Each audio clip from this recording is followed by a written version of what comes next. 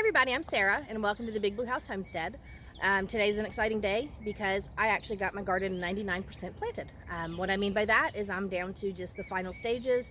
Very few trays of plants here on my table. I'll show you those so you can see what I'm working with. And I just have a few things still in the greenhouse and nothing that's major stuff. But I've been working here pretty hard and I've gotten a couple other things accomplished here out in the garden area.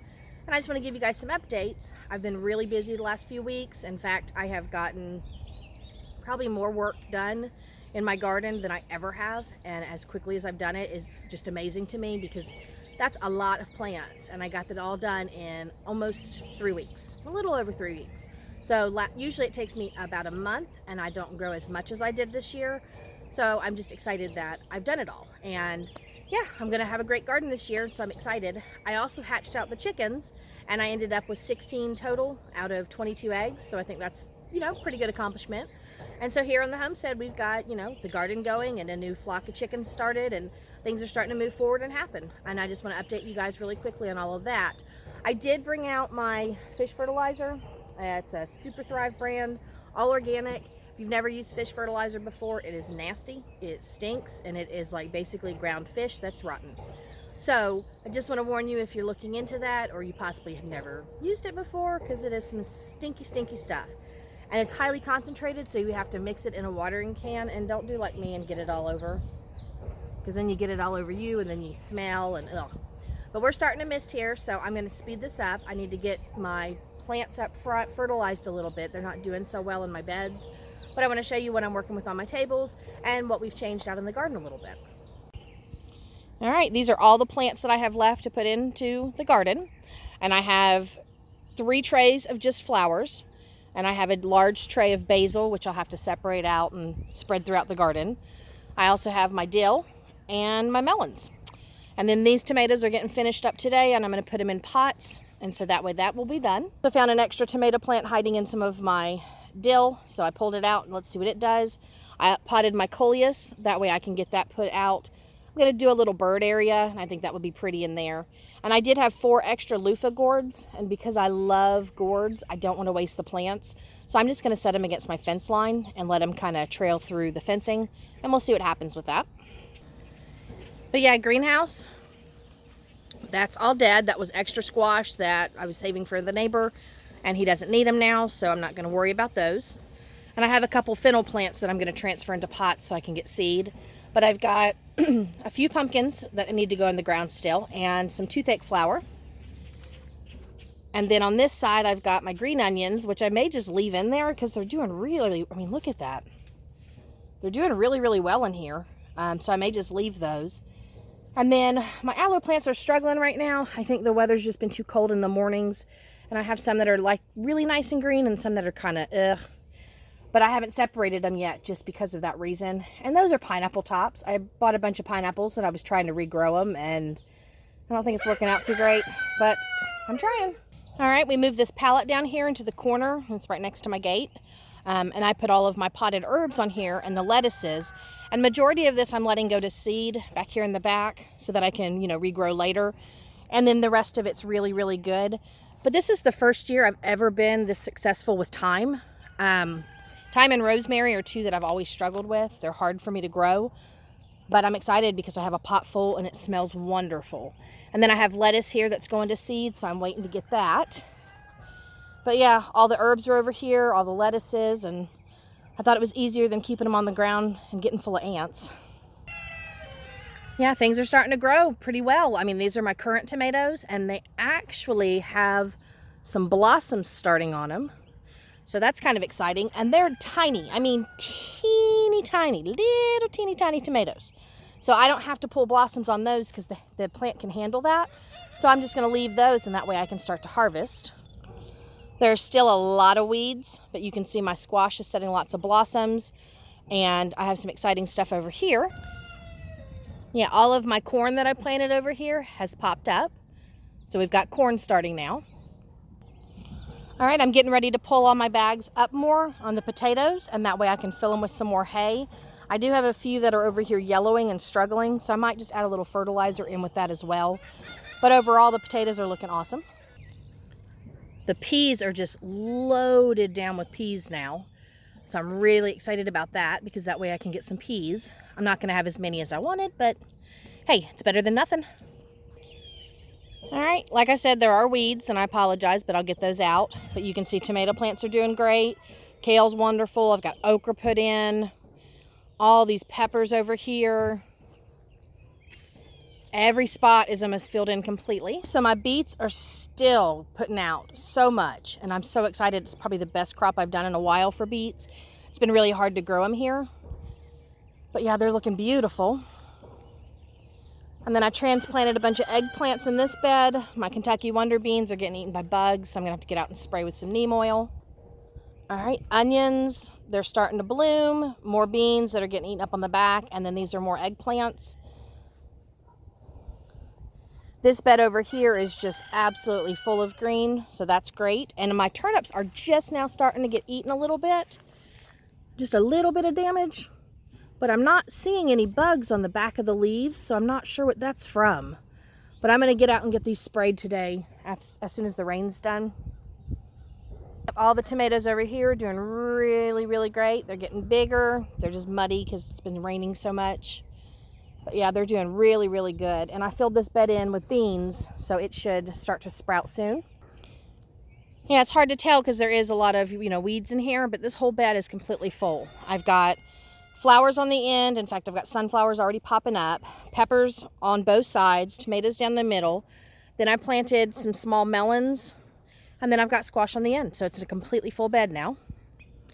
All right, all the corn back here is starting to pop up. So that's really good. And I've got a lot of corn up here popping up as well. All the beans on my trellising are actually starting to set off more and more leaves, so they should start vining up any time now. Hopefully they, take off.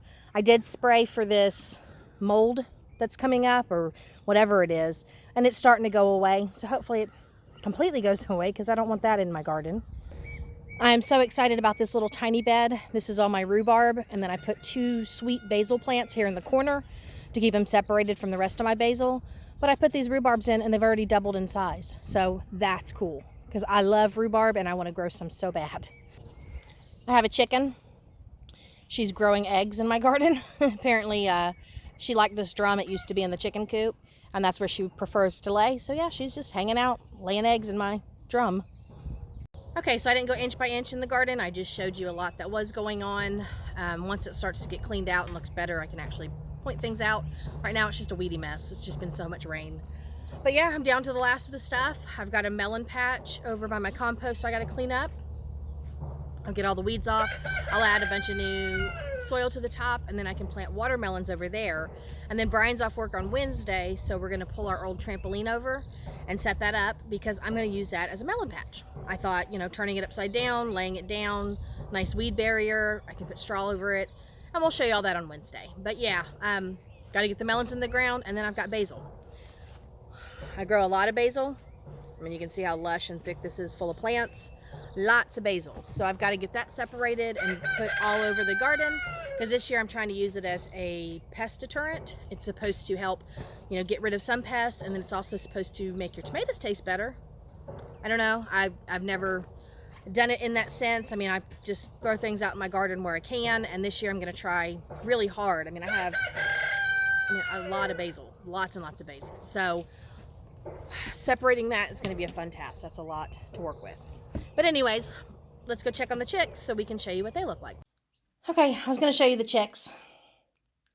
But you can see I have a guardian. He sits here all the time. He can't get in, and I usually push him off, but I just wanted to share. That's one of the things about having chickens in your house is your cats love them. Look at him. He's like, I love these guys. I want to lay with them. Yeah, he wants to snuggle them. All right, well, there they are, guys. All my beautiful baby chickies.